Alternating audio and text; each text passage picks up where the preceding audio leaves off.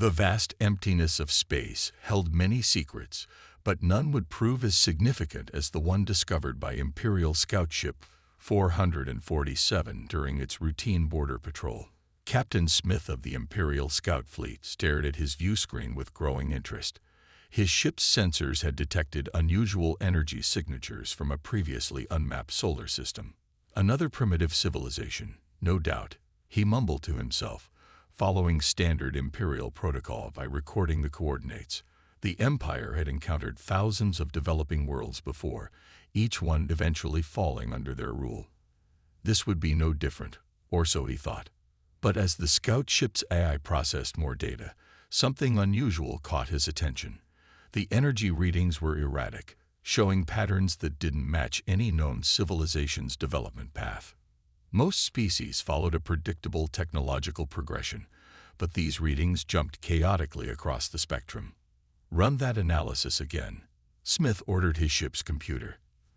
The results remained the same.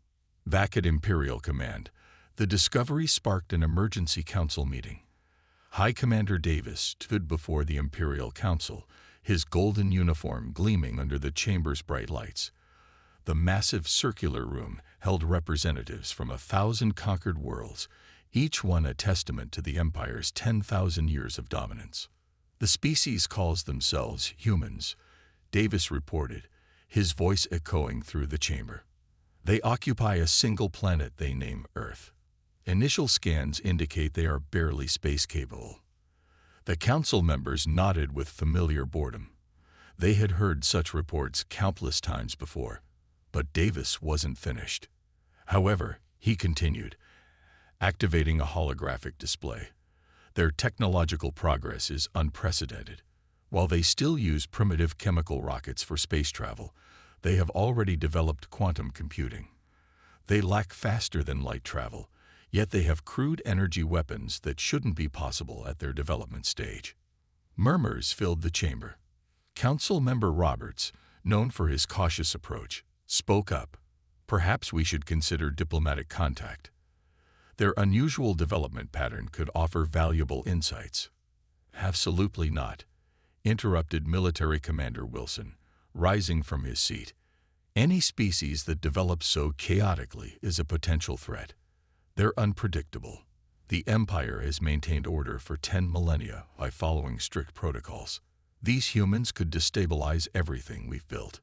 The debate raged for hours. Some council members argued for peaceful contact, others for immediate subjugation, and a few even suggested quarantining the entire solar system. Finally, Emperor Brightstar himself raised his hand for silence. The chamber grew still. In 10,000 years, every emperor had guided the Empire with wisdom and strength. His word was law. "Show me their warfare," he commanded. The holographic display shifted, showing hundreds of human conflicts throughout their history. The council watched in stunned silence as images of human battles played out before them. Unlike other species who developed organized, predictable warfare, humans showed a chaos that bordered on insanity. They fought in every environment, used every available tool, and adapted with frightening speed. They waged war against themselves with such ferocity, the Emperor observed, his voice heavy with concern. "Imagine how they would fight against an outside threat." Military Commander Wilson stepped forward again. "My Emperor, this only proves my point. We must strike now, while they're still confined to their solar system. Once they develop faster-than-light travel, containing them will become impossible." The Emperor considered this for a long moment. The Empire had never failed to subjugate a species, but something about these humans made him uneasy. Finally, he nodded. "Prepare a subjugation fleet," he ordered. "But not our usual approach. Send twice the standard force." These humans, he paused, watching as the hologram showed yet another example of human adaptation in warfare. These humans might require special attention. As the council chamber emptied, none of the members noticed the small data probe that had been monitoring their meeting.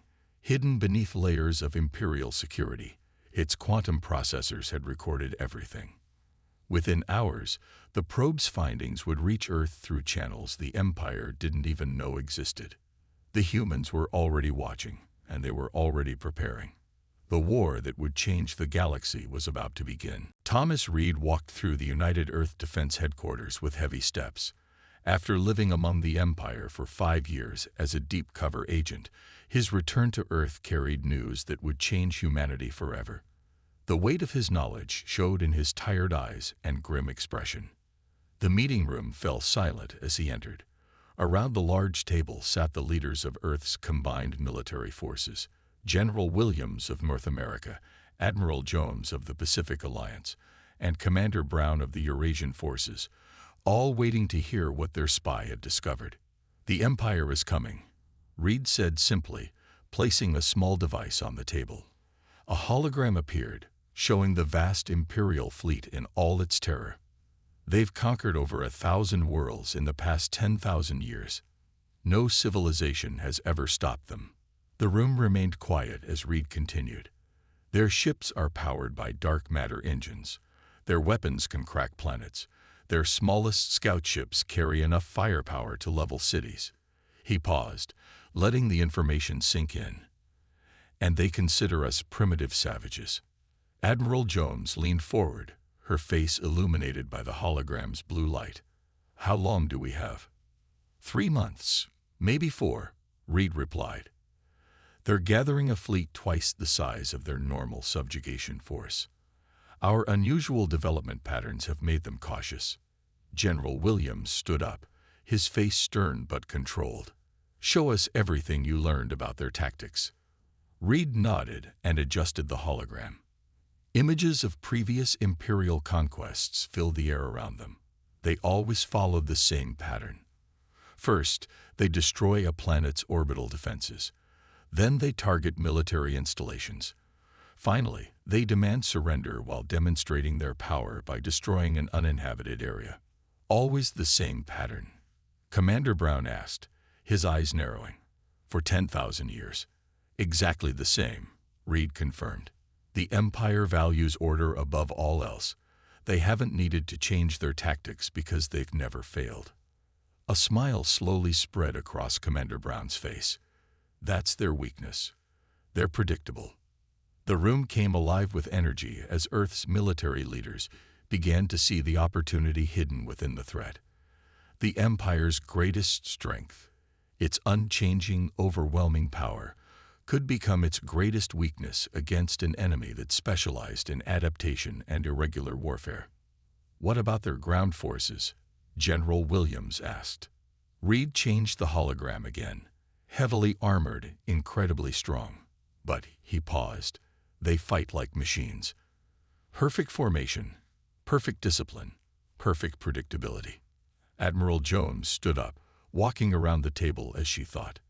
"And their ships? Any weaknesses?" "They rely completely on their advanced technology," Reed explained. "Their shields are practically impenetrable from the front, but they never expect attacks from unconventional angles because no one has ever survived long enough to try." The leaders exchanged knowing looks. Humanity's greatest military victories had always come from thinking outside traditional boundaries. "There's something else you need to know," Reed added, his voice growing darker. "The Empire doesn't just defeat civilizations. They break them. They destroy any sense of hope or resistance. That's why they use such overwhelming force." Commander Brown laughed, surprising everyone. "They've never met humans before. We don't break easily." General Williams pressed a button on the table, bringing up Earth's own military readiness reports. "How much of our new technology did you share with them?" Reed. "Almost nothing." Reed smiled for the first time. "As far as they know, we're still using chemical rockets and basic energy weapons. They have no idea about the quantum field generators or the dark matter research we reversed engineered from their probe." Admiral Jones nodded with satisfaction. "Then we have surprise on our side. The Empire thinks they're facing primitive warriors, but we've been preparing for this moment ever since we detected their first scout ships." The meeting continued late into the night as Earth's leaders planned their defense. Orders were sent out across the planet, activating sleeping protocols and hidden weapons platforms. The Empire thought they were about to face another simple conquest, but humanity was preparing to teach them a lesson about underestimating their opponents. As Reed left the meeting, he looked up at the night sky. Somewhere up there, the Empire's massive fleet was gathering, following their 10,000-year-old battle plans. They had no idea they were about to face an enemy unlike any they had encountered before. The warning had been delivered. Now it was time to prepare for war. The Imperial fleet emerged from hyperspace at the edge of the solar system. 500 massive warships, their dark hulls blocking out the stars, moved forward in perfect formation. At the front of the fleet, Admiral Drake stood on his command ship's bridge, watching Earth's tiny blue dot grow larger on the main screen. Primitive defenses detected, his sensor officer reported. Simple orbital satellites and a small fleet of chemical-powered ships. Drake smiled. This would be like every other conquest. Quick, efficient, and absolute. Begin standard attack pattern, he ordered. Destroy their orbital defenses first. The Imperial ships moved forward, their formation unchanged for 10,000 years of successful conquests. Nobody noticed the strange ripples in space around them, or the way some stars seemed to flicker oddly. The first shot was fired, a massive energy beam targeting Earth's largest satellite. It hit nothing but empty space. Drake frowned. Report. Sir, the satellite. It's not real. It's a hologram. Before Drake could respond, space itself seemed to come alive around his fleet. Hidden quantum generators activated, creating localized fields that bent both light and space. Imperial sensors went crazy as hundreds of small, previously invisible human ships appeared literally inside their formation. Impossible, Drake shouted. Their technology level. His words were cut short as the first human ships opened fire. They didn't attack the Imperial ships' impenetrable frontal shields.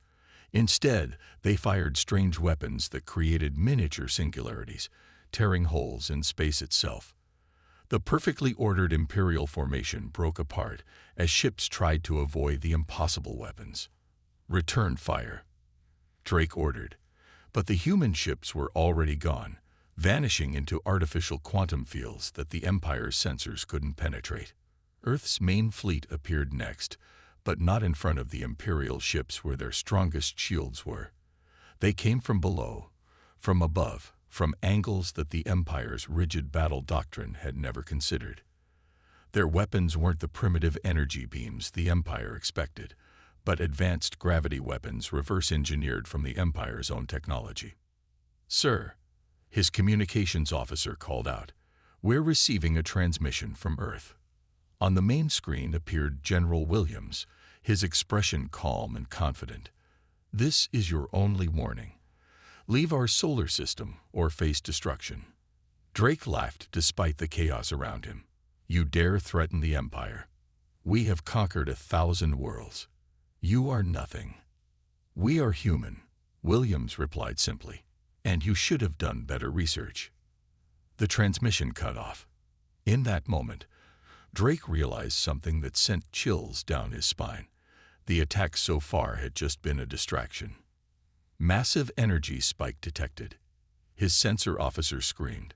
Hidden bases on Mars, Europa, and several asteroids activated simultaneously. Quantum-locked energy beams shot out, crossing each other in precise patterns. Where they intersected, space itself torn open, creating artificial wormholes right in the middle of the Imperial fleet. Drake watched in horror as 30 of his ships vanished into the temporary wormholes, reappearing seconds later thousands of kilometers away. And inside out. Full retreat, he ordered, his voice shaking. Reform the fleet. But his ships couldn't reform their traditional formation. The humans had seeded the battlefield with quantum mines that activated randomly, creating zones where space itself became unstable. The mighty Imperial fleet, designed to fight in perfect order, found itself in pure chaos. More human ships appeared, firing weapons that shouldn't have been possible for their civilization to possess. They didn't fight like any enemy the Empire had faced before. They appeared from nowhere, struck at impossible angles, and vanished before the Imperial ships could lock onto them. Within 6 hours, the greatest defeat in Imperial history was complete. Of the 500 ships that entered the solar system, only 50 managed to retreat. Drake's command ship limped back into Imperial space, its crew shell-shocked, and its captain's pride shattered. In the Imperial palace, Emperor Brightstar received the news with cold fury. How? He demanded. How did primitives defeat our fleet? Military Commander Wilson had no answer. The Empire had faced 1,000 species, but never one that fought like the humans. Never one that turned space itself into a weapon. Never one that simply refused to fight by the normal rules of warfare. The first battle was over, but the war had just begun.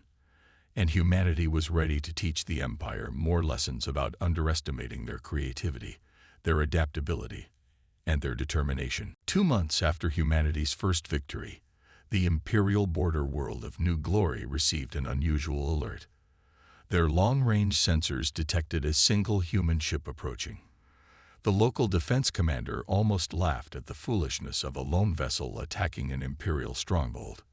Just one ship, he asked his staff. After they showed such clever tactics at Earth. His laughter died when the human ship split into 500 perfect copies. Holograms, he said confidently. Only one is real. Find it. But he was wrong. These weren't holograms. They were real ships that had been quantum-linked, a technology stolen from captured Imperial vessels and improved upon by human scientists. Each ship was both real and unreal at the same time, existing in a state that confused Imperial sensors. The defense grid couldn't decide which ships to target.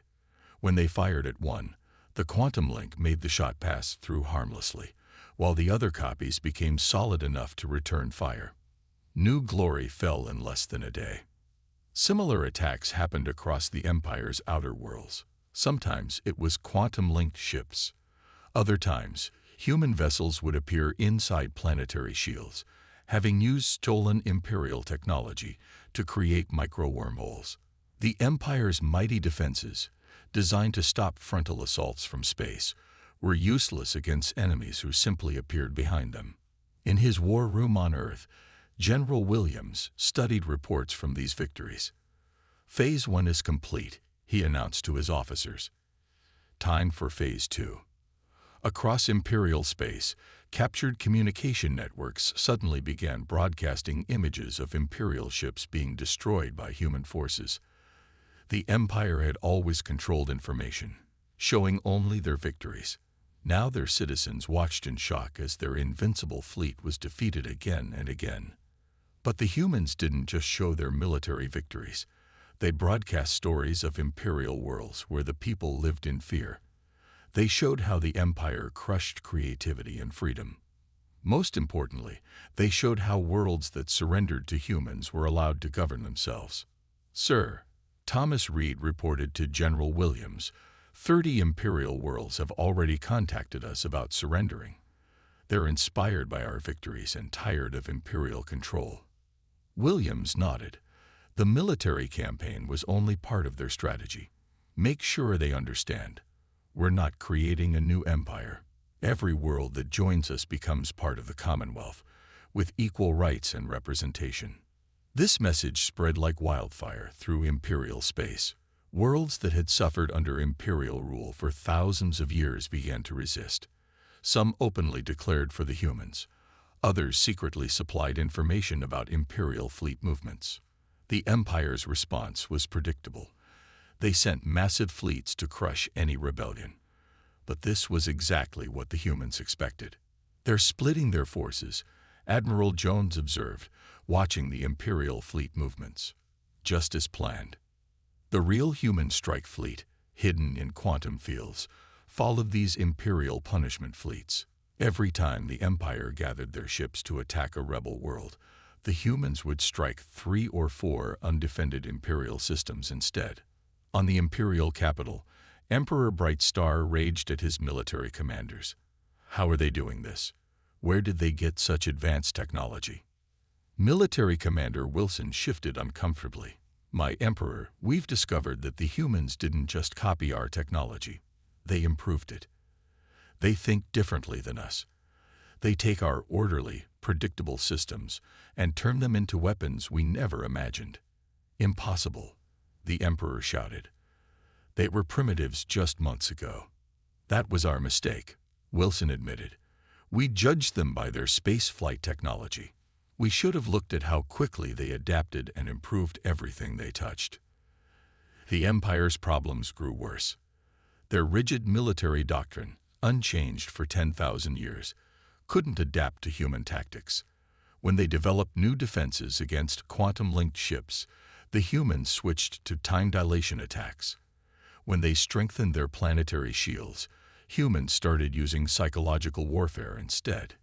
In just 6 months, the mighty Empire lost control of 100 worlds.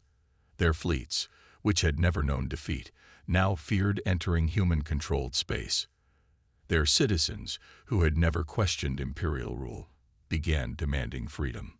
The Empire had started this war expecting an easy victory over primitives. Instead, they had awakened a species that turned their own technological superiority against them, that fought in ways they couldn't predict, and that offered their subjects something the Empire never had: hope. And this was only the beginning. The Imperial palace shook as Emperor Bright Star slammed his fist on the war room table. The latest reports showed another 20 systems had fallen to the humans or declared independence. His mighty empire, unchallenged for 10,000 years, was crumbling. "Deploy the planet breaker," he commanded, his voice echoing through the chamber. "Show these humans the true power of the Empire." The planet breaker was the Empire's ultimate weapon, a massive ship capable of destroying entire worlds. It had never been used before. Its mere existence had always been enough to ensure obedience. Now, in desperation, the Emperor ordered its launch. Military Commander Wilson watched the enormous ship leave its secret dock. "Send the message to all human-controlled systems," he ordered. "Surrender or face complete destruction." But the humans had been waiting for this. On Earth, Admiral Jones smiled as her sensors detected the planet breaker's movement. "They finally brought it out," she said to General Williams, just as Reed said they would. "Begin Operation Ghost," Williams commanded. Across human and rebel space, every ship and station suddenly disappeared from Imperial sensors. The quantum cloaking technology that humans had developed made entire fleets invisible. The Empire's mighty weapon had no targets. The planet breaker arrived at its first target, a former Imperial world that had joined the humans. But the planet was empty.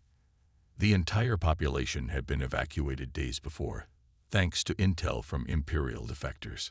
"Fire the main weapon," the planet breaker's commander ordered. The massive beam shot out, burning through the atmosphere. The planet cracked, then exploded. The Empire had made its statement, but to an empty world. Suddenly, human ships appeared everywhere around the planet breaker.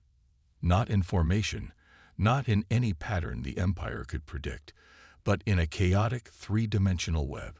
Each ship carried a quantum resonator, a human invention that turned the Empire's own energy weapons against them. Warning, the planet breaker's systems screamed. Power core destabilizing. The human ships weren't attacking. They were reflecting and amplifying the planet breaker's own energy discharge back at it. The massive ship's power systems overloaded, unable to handle their own redirected energy. The Empire's ultimate weapon exploded, taking a third of its escort fleet with it. News of the planet breaker's destruction spread rapidly, despite the Empire's attempts to suppress it. More worlds rebelled. Imperial ships began deserting, their crews no longer believing in their own invincibility. In desperation, the Emperor ordered every remaining ship to protect the core Imperial worlds. "We must hold the center," he commanded. "The humans cannot reach the heart of the Empire." But this, too, played into human hands. "They're clustering their forces," Thomas Reed reported to Earth's military council, "making themselves an easier target." Admiral Jones nodded. "And abandoning hundreds of worlds in the process. The human strategy had worked perfectly. By forcing the Empire to protect its core worlds, they had freed all the outer systems. Each abandoned world became a potential ally, a source of resources and recruits for the growing anti-imperial forces. The Empire's own citizens began turning against it. 10,000 years of rigid control had created deep resentments. The humans offered freedom, self-governance, and membership in their commonwealth. The Empire offered only more oppression. "My Emperor," Military Commander Wilson reported, his voice shaking. "We've lost contact with the entire 7th Fleet. 3 more core worlds have declared for the humans. Our own citizens are sabotaging our defenses." Emperor Bright Star stared at the strategic display, watching as more and more systems turned from Imperial red to human blue. His empire was dying, not just from military defeat, but from the hope that humans had given to his suppressed subjects. "How?" he whispered. "How did primitives do this to us?" The answer came from an unexpected source, his own grandson, young Prince Lightbringer. "Because we stopped adapting, grandfather. For 10,000 years, we haven't changed. But these humans, they never stop changing, never stop improving. That's why they're winning." The Emperor turned to look at the young prince, seeing the truth that his pride had prevented him from accepting. The humans hadn't just beaten them with technology or tactics. They had shown the galaxy a better way to exist. And the Empire's own people were choosing that new way. The Imperial capital world of eternal glory was no longer eternal, nor glorious. Emergency sirens wailed across its golden cities as human ships appeared in the inner system. Not in ones or twos, but in thousands, their quantum drives leaving trails of disturbed space behind them. Admiral Drake, who had survived the first defeat at Earth, now commanded the capital's defenses. "Hold the line," he ordered his remaining ships. "They cannot reach the throne world." But something was different about this human attack. Their ships moved in strange patterns that made no sense, until Drake realized the horrible truth.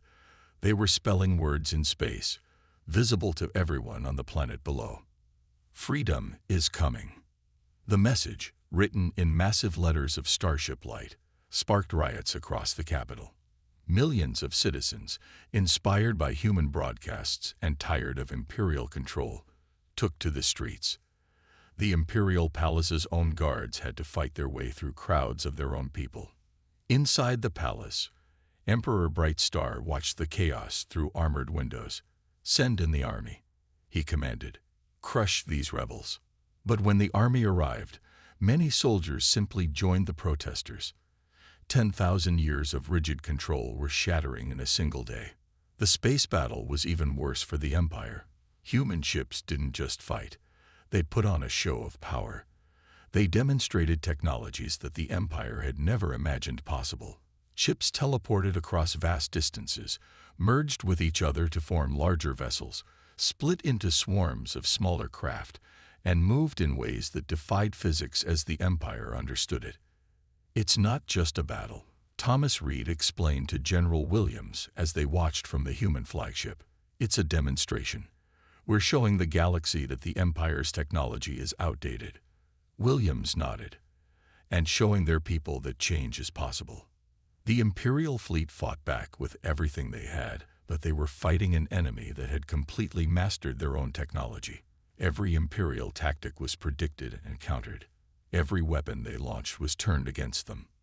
Military Commander Wilson rushed into the Emperor's chamber with devastating news. "My Emperor, we're detecting human forces inside the palace shields." "Impossible," the Emperor shouted. "No one can penetrate the sacred shields." But humans had found a way. They had developed quantum tunneling technology that allowed small strike teams to simply ignore shield barriers. Imperial guards found themselves fighting enemies that could appear anywhere, at any time. As the battle raged, Prince Lightbringer made a decision that would change history. He walked into the palace's main communication center and broadcast to the entire Empire. "People of the Empire," he announced, his young voice carried to thousands of worlds. "For 10,000 years, we have resisted change. We thought our way was the only way. The humans have shown us we were wrong. Imperial officers tried to stop the broadcast, but loyal citizens protected the young prince. I am calling for an immediate end to this war, Lightbringer continued. The Empire must change, or it will die. I ask the humans for peace, and I ask our people to embrace a new future. The response was overwhelming. Across Imperial space, military commanders laid down their arms. Civilian leaders declared support for the prince. The rigid structure of the Empire cracked, then shattered. Admiral Drake watched from his flagship as his fleet began to stand down. A transmission came in from a human ship. It was Admiral Jones. "Your people have chosen change," she said simply. "Will you continue fighting?" Drake looked at his tactical display. The human ships had surrounded the capital world completely. They could have destroyed it at any time, but they had chosen demonstration over destruction, hope over fear. "No," he replied, finally understanding. "We will not fight." The Empire's last fleet stood down. On the planet below, the riots turned to celebrations as news spread. Prince Lightbringer's call for peace was answered by cheers from billions of throats. In just over a year, humanity had done what no species had managed in 10,000 years. They had defeated the Empire not just through superior tactics or technology, but by offering a better way forward.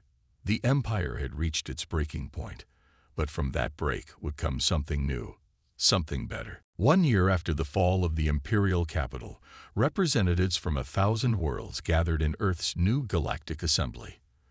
The massive chamber, built with technology from across the stars, hummed with excited conversation as former enemies sat side by side. Thomas Reed, now Earth's diplomatic chief, stood at the main podium. Before him sat Imperial nobles in their golden robes, human military leaders in simple uniforms, and delegates from hundreds of freed worlds in their native dress.